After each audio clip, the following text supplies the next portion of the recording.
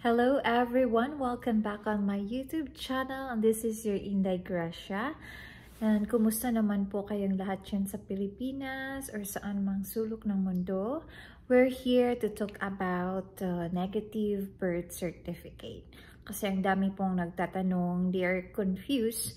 Ano pong gagawin nila kung naka-receive sila ng PSA negative certificate like birth certificate, marriage certificate, death certificate. So, una po natin i-explain is ano po ba ang gagawin kung naka-receive kayo ng PSA birth negative certificate. So, una po, tatanungin ko po kayo kung na-register na po ba kayo.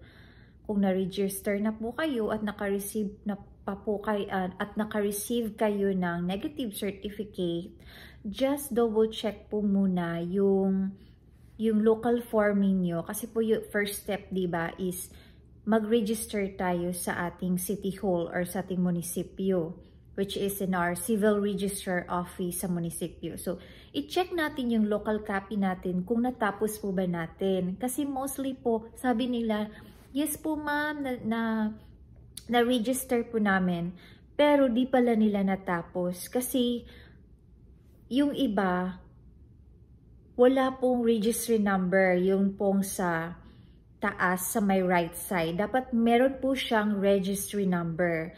Tapos sa baba, dapat po may nakapirma ng staff ng civil registrar ng LCR. Okay. Kung wala po yun, so meaning po is hindi natapos. Kaya negative certificate yung lalabas ng result sa inyong PSA. Okay. Ngayon naman po, kung ang sagot ninyo ay hindi pa kayo narehistro, so obviously, negative certificate po talaga yung lalabas. Kasi po, kung hindi kayo narehistro, negative certificate ang lalabas, ang gagawin nyo lang is magpa-late register. Anong unang gagawin kung hindi nakaparehistro? Una is kukuha ng negative certificate sa PSA. Yun po yung isang requirements ni LCR or ni City Hall or ni munisipyo para makapag-late register. Okay?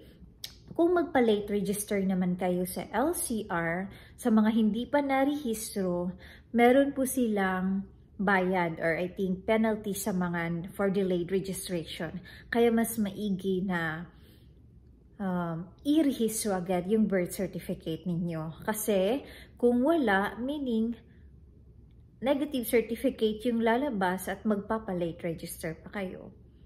Ngayon naman, kung ang tanong nyo is, bakit nag-negative certificate? Tapos naman yung lahat, merong registry number, yung local copy nyo, may perma. Okay. So yung gagawin nyo yan, ipakita nyo lang sa staff ng PSA, okay? Ma, meron po akong copy ng ng local copy ng birth certificate ko. Bakit po nag-negative? Yun yung itanong nyo. Kasi may mga dahilan kung bakit registered, complete register kayo, may registry number at perma, pero negative kayo sa PSA. Una, baka hindi na-endorse, okay? Pangalawa, baka bago yan. Baka kaka-register nyo pa lang sa LCR. Of course, hindi po yan ma-online agad sa PSA.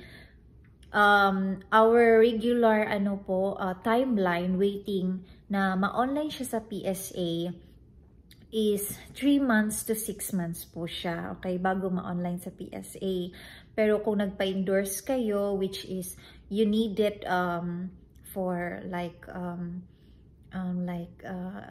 expedite, pwede namang magpa-electronic endorsement, oo.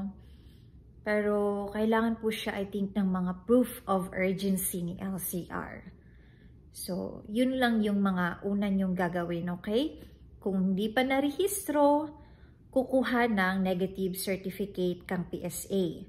Kung narehistro naman at negative yung nakuha, i-check nyo kung kompleto yung registry number at saka yung perma sa baba.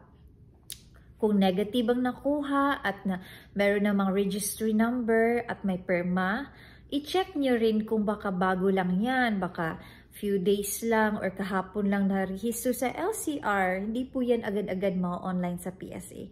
So, we need to wait 3 months to 6 months para ma-online po siya sa PSA. Okay po? At baka naman may tanong din dyan na yung iba, nakakuha sila dati ng kanilang birth certificate and now, nag-negative. So, just tell them nakakuha kayo sa staff ng PSA or punta kayo sa PACD ng PSA na ma'am, nakakuha po ako nito dati kasi there are tendency na baka blurred yung birth certificate nyo at hindi nakita agad. So, yun yung dapat na mga sabihin nyo sa PSA CRS staff.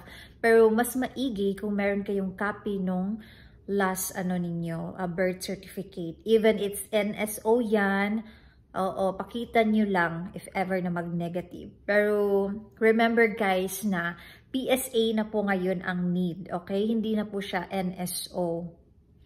But there are other agency that's still accepting, but mostly in general, PSA na po ang kinukuha. Okay? At wala po yung expire as long as yung nasa baba na yung yung pumirma sa baba is nag-i-exist pa siya na siya pa rin yung nakaupo sa position. Okay? So, I hope you guys, I help you with all your concerns about your birth certificate, marriage certificate, and SANUMAR. Same lang po din siya if sa marriage certificate. Okay? Make sure po na all the details is correct in the form you fill up. Birth certificate is a gray form that you need to fill up in CRS outlet. Alright? So, thank you so much for watching, and for the next video, I will talk about the corrections, the clerical error, how you can process it, and also some questions about the about changing, like there's an error of their gender.